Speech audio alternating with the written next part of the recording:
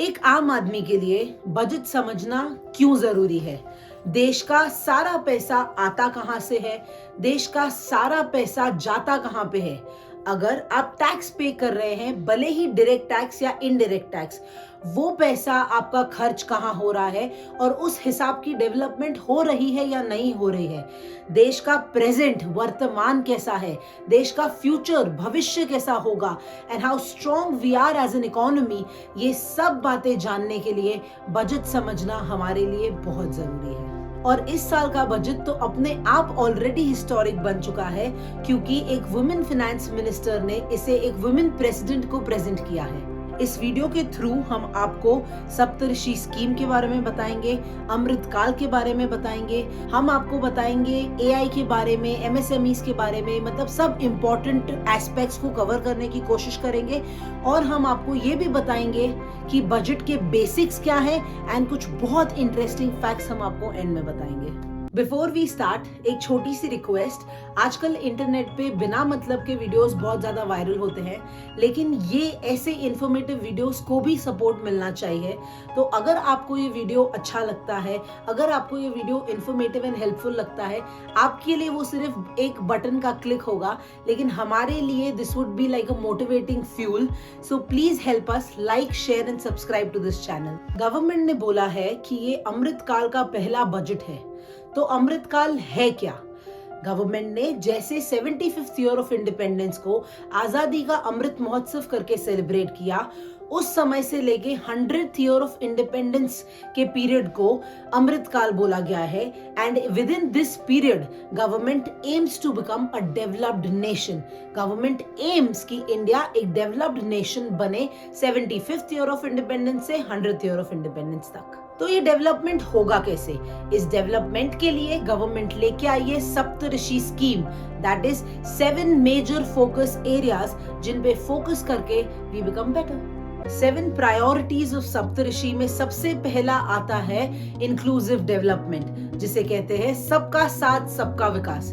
इसमें 3 focus areas है, health, education and agriculture. Health में 157 न्यू नर्सिंग कॉलेजेस एस्टैब्लिश करने की बात की गई है। सिकल सेल एनीमिया को 2047 तक एलिमिनेट कर देने की बात की गई है।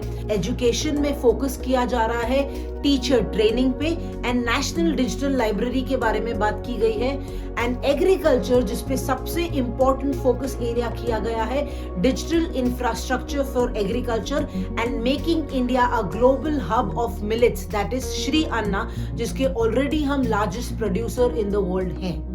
Second component is reaching the last mile. इसमें पर्टिकुलरली वल्नरेबल ट्राइबल ग्रुप्स की डेवलपमेंट की बात की गई है एंड एकलव्य मॉडल्स, जो ट्राइबल स्कूल गोइंग चिल्ड्रन है, उनके रेसिडेंशियल स्कूल्स में और टीचर्स रिक्रूट करने की बात की गई है। Third priority area is investment and infrastructure, जिसमें हमने पहले ही देखा कि कैपिटल एक्सपेंडिचर को 33% हाइक करके capital investment has gone up to ₹10 lakh crore. The highest ever capital outlay of 2.4 lakh crore has happened in railways. Urban infrastructure develop करने की बात कर रहे हैं specifically in tier 2 and tier 3 cities. And state government को जो 50-year interest free loan on capital infrastructure दिया जाने वाला था, उसकी continuation भी हुई है। Fourth priority area is unleashing the potential, which is trust-based governance. This is my most favorite priority area because it talks about Make AI in India, National Data Governance Policy, Vivad se Vishwas, E-Codes, Digital Locker, labs for 5G services, as well as research and development for lab-grown diamonds. Fifth priority area is our Amrit PD, yes, our youth power. As we all know, India today has the largest demographic dividend in the world. उसकी skill development बहुत ज़्यादा ज़रूरी है।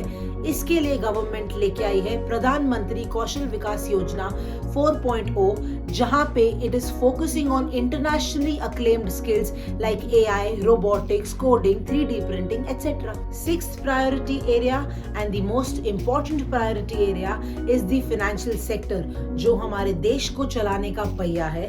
उसमें credit guarantee scheme को revamp किया है MSMEs के लिए। महिला बचत स्कीम, यस, विमेंस के सेविंग्स स्कीम में इंटरेस्ट बेटर और इंक्रीज कर दिया गया है एंड काफी सारे बेनिफिट सीनियर सिटीजन्स के लिए लाए गए हैं। And ease of doing business हो, एंड गिफ्ट सिटी जो गुजरात गांधीनगर में है उसमें बिजनेसेस बेटर हो, उसके लिए बहुत सारे प्रोविजंस लाए गए हैं। And of course not to forget, tax rebate का स्लैब इंक्रीज होके 7 लाख रुपीस तक कर दिया गया है, जो पहले 5 लाख रुपीस तक का था, जिसके बारे में तो हम सबको ऑलरेडी पता ही है। Seventh and last priority area is green growth. Again, this is very important because if the growth is not green, if the growth is not sustainable, there is going to be no tomorrow, there is going to be no future. So, the answer to everything is doing everything with sustainable development. अब हम बात करते हैं budget basics की। कुछ ऐसे terms जो आप सुनते तो होंगे लेकिन उनका मतलब हमें इतना अच्छे से समझ नहीं आता। बजट के 2 कंपोनेंट्स होते हैं, revenue budget and capital budget. अब हम सबसे पहले बात करेंगे रेवेन्यू बजट की। रेवेन्यू कंपोनेंट की कभी भी कहीं पे भी बात हो, उसका हमको एक बेसिक दिमाग में बिठा लेना है कि it is always going to be a one way transaction. आप या तो गवर्नमेंट को दे रहे हैं, आपको रिटर्न में कुछ नहीं मिल रहा, या गवर्नमेंट आपको दे रही है लेकिन गवर्नमेंट को रिटर्न में कुछ नहीं मिल रहा, वो कंपोनेंट होता है revenue component. For example, revenue receipt में गवर्नमेंट के पास क्या आएगा? फाइन, फीस, कोई लाइसेंसिंग आपने कराई है उसकी फी आपने पे करी। PSUs जो हैं गवर्नमेंट के, उन्होंने प्रॉफिट्स बनाया, हमने इंटरेस्ट लिया ऑन द लोन जो हमने किसी कंपनी को या किसी कंट्री को दिया हुआ है, ये सब गवर्नमेंट का रेवेन्यू रिसिप्ट बनता है, वन वे ट्रांजैक्शन। अब बात करते हैं रेवेन्यू एक्सपेंडिचर की, वो पैसा जो गवर्नमेंट खर्चेगी, इंटरेस्ट पे करेगी वो उसके लिए हुए लोन्स पे, ग्रांट्स देती है, सब्सिडीज देती है, अपने सारे एम्प्लॉयज को सैलरीज देती है, ये हुआ one way transaction from the government, this is it's revenue expenditure. अब बात करते हैं capital component of the budget की। सेम जैसे रेवेन्यू की बात की, कैपिटल कंपोनेंट में भी 2 पार्ट्स होते हैं, एक होता है कैपिटल रिसिप्ट, दूसरा होता है कैपिटल एक्सपेंडिचर। इसके बारे में हमको एक बेसिक चीज ये याद रखनी है कि this is always going to be a 2 way transaction and not a 1 way transaction. Capital receipt component में अगर आप देखेंगे तो उसमें गवर्नमेंट कॉन्स्टेंटली कोई ना कोई लायबिलिटी क्रिएट कर रही है अपने लिए, या तो अपने एसेट्स बेच रही है, क्रिएशन ऑफ लायबिलिटी और reduction of assets takes place. इसमें क्या हो गया, हमने लोन्स लिए, रिकवरी ऑफ हमारे कोई गिवन लोन्स हुए जो कि बहुत बड़ा अमाउंट होता है, हमने कोई एसेट्स सेल कर दिए गवर्नमेंट के, या फिर हमने डिसइन्वेस्टमेंट किया किसी PSU में, ये सब कैपिटल रिसिप्ट में आएगा। करते हैं बात कैपिटल एक्सपेंडिचर की, उसमें हमेशा हमारी लायबिलिटीज रिड्यूस होंगी या फिर हमारे एसेट्स इंक्रीज होंगे। कैसे? वील रीपे द लोन्स, जितना भी लोन का अमाउंट है, प्रिंसिपल अमाउंट, वो हम पूरा पे कर देंगे, नॉट द इंटरेस्ट पार्ट, वो रेवेन्यू एक्सपेंडिचर में आता है। उसके बाद हम शेयर्स खरीदेंगे जिसके प्रॉफिट्स हमको मिलेंगे। एंड दूसरी चीज सबसे important, we create infrastructure, we buy assets, जैसे स्कूल्स बनाए, गवर्नमेंट कॉलेजेस बनाए, PSUs बनाए, ये सब कैपिटल एक्सपेंडिचर में आएगा जो हमारा फ्यूचर में लॉन्ग रन में एसेट बनेगा। अब बात करते हैं बजट डेफिसिट की। अगर आप कमा रहे हो 100 रुपए और आपका खर्चा होता है 120 रुपए, इसका ये मतलब है कि आप 20 रुपए के डेफिसिट में है। Same goes with budget, budget deficit equals to total expenditure minus the total receipt. अब इसके अंडर आता है फिस्कल डेफिसिट, जो टर्म आपने सबसे ज्यादा सुना होगा। इस टर्म में सेम चीज, एक्सपेंडिचर माइनस दी रिसिप्ट हम करते हैं, लेकिन इसमें से बोरोइंग पार्ट निकाल दिया जाता है। बोरोइंग पार्ट निकाल दिया जाता है, इसका ये मतलब है कि हमको कितना पैसा बाहर से बोरो करना पड़ेगा, ये हमें इसमें पता चलता है। इस बार का फिस्कल डेफिसिट स्टैंड्स एट 5.9%, जिसको गवर्नमेंट एम कर रही है कि वो रिड्यूस कर दे up to 4.5% in coming years. अब आपने समझा revenue expenditure and capital expenditure, तो आप ही सोचो कि कौन सा एक्सपेंडिचर देश के प्रोग्रेस के लिए बेटर है। Yes, you're thinking it right. Capital expenditure will help us expand and become better. इसी वजह से गवर्नमेंट ने कैपिटल एक्सपेंडिचर में 33% हाइक किया है. That means more infrastructure, better development, job creations and what not. This is complete package of long run progress.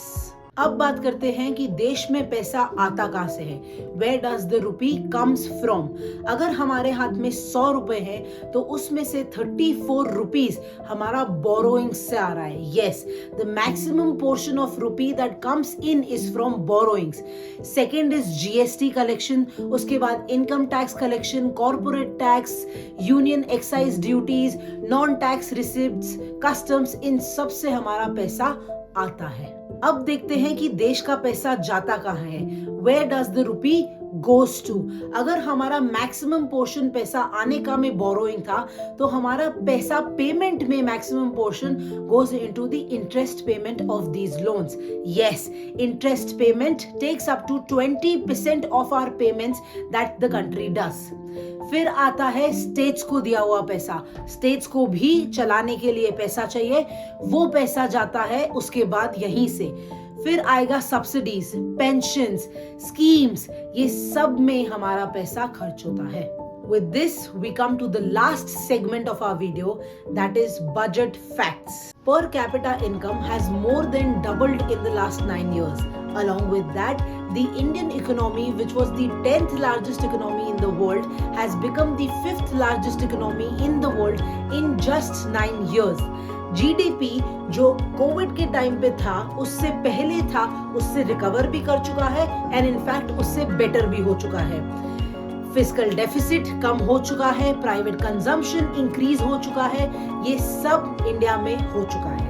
We are shifting from food security to nutritional security. FDI inflow in the pharma industry has multiplied 4 times from fiscal year 19 to fiscal year 2022. In fact, electronic exports has also multiplied 3 times during the same period. In the past 8 years, major ports capacity has doubled. This all has also happened. India has been the topmost country in the world when it comes to receiving remittances. The stock market of our country has outperformed major countries. जब उनका stock market negative में था, सिर्फ India का stock market positive में perform कर रहा था. And last but not the least, the UPI transactions have increased multifold. Yes, that means we are moving towards digital India and better India. पर क्या आप जानते हो कि गवर्नमेंट 80 करोड़ लोगों को अभी भी फ्री में फूड ग्रेन्स प्रोवाइड कर रही है. एंड ये स्कीम को और 1 साल के लिए एक्सटेंड किया गया है. लेकिन इंडिया में इनकम टैक्स पे करने वाले लोग सिर्फ 2% है, जबकि यही नंबर यूएसए में 80% है. हमारा ये गैप हमें मिलके फिल करना है, क्योंकि सिर्फ गवर्नमेंट स्कीम्स के बारे में जानने से या बजट के बारे में जानने से कुछ नहीं होगा. हमें हमारी रूल्स एंड रिस्पॉन्सिबिलिटीज पता होनी चाहिए. गवर्नमेंट जो इम्प्लीमेंट कर रहा है, हमें उस पर ध्यान देना बहुत ज्यादा जरूरी है, as we are the active citizenry of this country. But उस इम्प्लीमेंटेशन में हमें गवर्नमेंट का साथ भी देना है. अगर ये वीडियो आपको पसंद आया, लाइक, शेयर एंड सब्सक्राइब जरूर करिए.